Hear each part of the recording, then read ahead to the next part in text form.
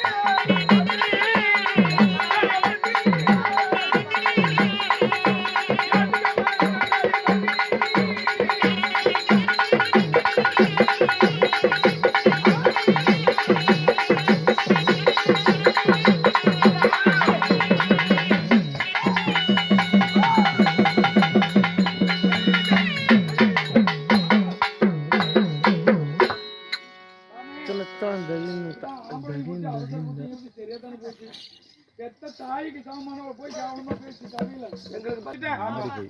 நாடுத்தார நகரந்தார முதல்ல எப்படி இருந்தியோ அதே போல சிவனுடைய இடைபாகத்தில் அமர்வாய். பொண்ணு தாரும் பொருள் தாரம், பூச்சக்கர கொடை தாரம், ஆடு தாரம் ஆடு தாரம், அரைச்சாலை சீமத்தாரம், கோழிக்காவு 1 கோடி கொடுக்கிறேன் ஏத்துக்கா, ஆட்டுக்காவு 1000 கொடுக்கிறேன் ஏத்துக்கா, பன்றிக்காவு பல கோடி தரேன் ஏத்துக்காமா, குதிரைக்காவு எடுத்துக்காமா. தேவர்களா தான் என்ற அகந்தையை மறந்து இந்த உலகையாளும் உமா பரமேஸ்வரிய நீங்க எண்ணி நகைத்து ஏளினம் பேசு பார்ப்போர் பலவிதம் பேசுவதற்காக எத்தனை என்ன கொடுமைப்படுத்தி கைதட்டி நகைத்தீர்கள். வனத்திலே வனமத்த காலியாக போய் என்று சாபத்தை கொடுத்தாய் அல்லவா? இன்னைக்கு யார் எடுத்த தஞ்சம் தஞ்சம்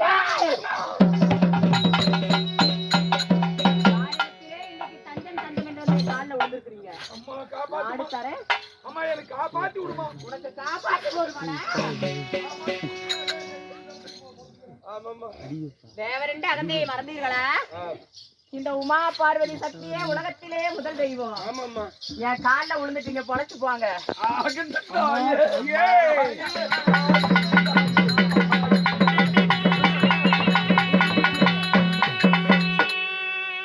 இந்த அரக்கனிடத்திலிருந்து முதல்ல எங்களை காப்பாற்றணும். தேவர்களை அரக்கனிடத்திலிருந்து விடுவிக்கணும். அதனால என்னால முடியாதப்பா. ஏடா நான் கொடுத்த வர அப்படி எப்படி ஒரு ஆணுக்கு யார் ஒரு குழந்தை பிறக்குதோ அந்த குழந்தையால மட்டுமே இந்த சூரர்களுக்கு அழிவு அரக்கர்களுக்கு அழிவு என்று வரத்தை கொடுத்துட்டேன். ஏமா கேட்டாலும் கேக்குறாங்க. ஏப்பா திறமை என்ன பைத்தியம்னு சொல்றியா? இல்ல ஒரு ஆம்பளைக்கு ஆம்பளை எப்படி குழந்தை பிறக்கும்? அப்படி எப்படி நீ வரம் கொடுப்பது? தேவர்களா சிவபெருமானும் என்ன தூர்வாச மகாமுனிவரையும் இருவரையே ஏகத்துல உட்கார வைத்து அவர்களுக்கு வரக்கூடிய வேர்வை துளியால் அக்கினி வேள்வியில விட்டா அந்த ஆணுக்கு சேர்ந்து வேர்வை துளியால் ஒரு பாலர் உருவாகுவான். ஒரு ஆண் புத்திர பாக்கி. ஆமா, அந்த ஆணுக்கு பிறந்த குழந்தையை வைத்து மட்டுமே இந்த அரக்கர்களை அழிக்க முடியும். ஆமா, அப்படி என்றால் ஏகங்கள் செய்தாரு ஒரு மனதாகவே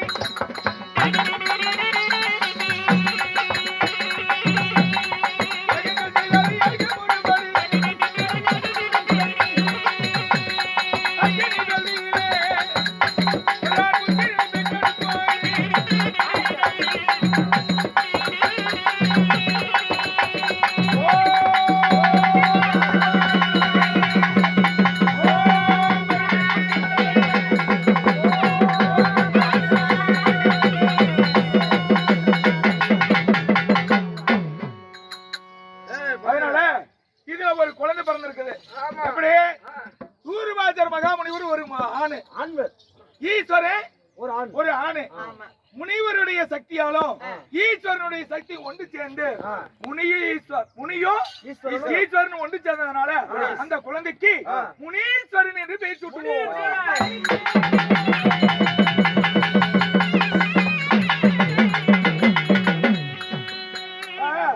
இன்னைக்கு கூட சொல்லுவாங்க அக்கினியில வண்ணீர் பிறந்த எவ்வளவு வேகம், அந்த மாதிரி இப்ப அக்கினியில பிறந்த பாலகன் அதிவேகமாக இப்பொழுது பறந்தோடி வருகிறார். முனீஸ்வரின் முனிய பெண் குலதெய்வம் வருகிறார் ஆக்ரோஷமாக.